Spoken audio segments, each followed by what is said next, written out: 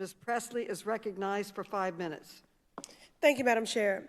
Ms. Hawley, please state for the record, when an ectopic pregnancy ruptures, what are the chances that it can be carried to term? My understanding is that when an ectopic pregnancy ruptures is a life-threatening condition, that's why the treatment for an ectopic pregnancy is not an abortion. I'm sorry, reclaiming my time here. Again, could you just answer the question? When an ectopic pregnancy ruptures, what are the chances that it can be safely carried to term? And you know what, just to make this even clearer, I'm looking for a number between 0 to 100. Can you give me a percentage? Sure, I believe 0 ectopic pregnancies, even those that do not rupture, have a chance of successfully being carried to term. That's why the treatment for them is not an abortion. Reclaiming my time. It seems that there is a deficit in your understanding of reproductive health. In fact, I want the record to reflect that according to the American College of Obstetricians and Gynecologists, treatment for ectopic pregnancy requires ending a non-viable pregnancy. Now, let's turn... With respect, ma'am, that's not an abortion. This is my time. I asked you the question, you answered, and I am now providing you with the accurate information from medical experts. My question was, when an ectopic pregnancy ruptures, what are the chances it can be safely carried to term? The answer is 0%. I answered that correctly, Further,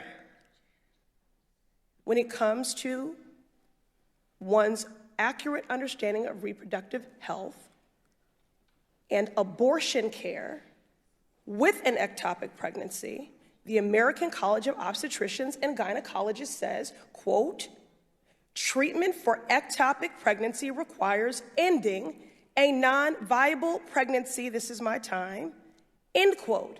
So now I'm going to turn to the real experts. That's not an abortion because it does not have the intent to end the life of a child. Reclaiming my time, I'm now going to turn over to the real experts. So, despite the active misinformation campaign that is endangering the lives of pregnant people, including much of the testimony heard here today, endangering the lives of pregnant people, their families, and entire communities, this hearing is an opportunity for quality public health education that prioritizes equity and justice in reproductive health care. Representative Shannon, I would like to ask you about medication abortion. Now, this is a topic that many are hearing about for the first time in the news. Since first being approved by the FDA more than 20 years ago, medication abortion is now the most common form of abortion health care. It is discreet, incredibly safe, and highly effective. In my home state, the Commonwealth of Massachusetts, nearly half of pregnancies are terminated by medication abortion. Last year, Chairman Maloney and I led calls to improve access to the medication abortion drug, mifepristone, and end arbitrary and burdensome restrictions that experts agreed were medically unnecessary. And thankfully, the FDA revised its regulations so that patients can receive what many of us refer to as MIFI by mail. Representative Shannon, what does having access to medication abortion by mail mean for people in your state, particularly people of color?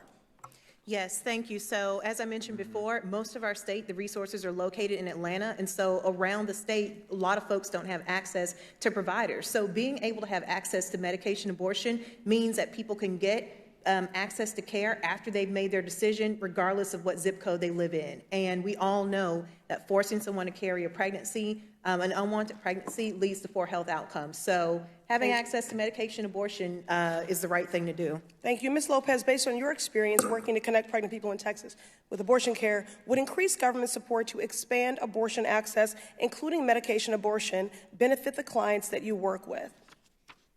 Absolutely, especially now that we've seen most clinics in Texas shutter, and especially because of HB2, which was passed in 2013, that shuttered the rest, over half the clinics in Texas.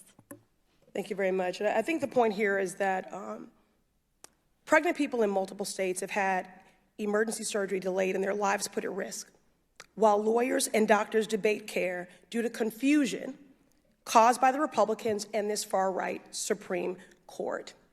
This is a matter of life and death. Thank you.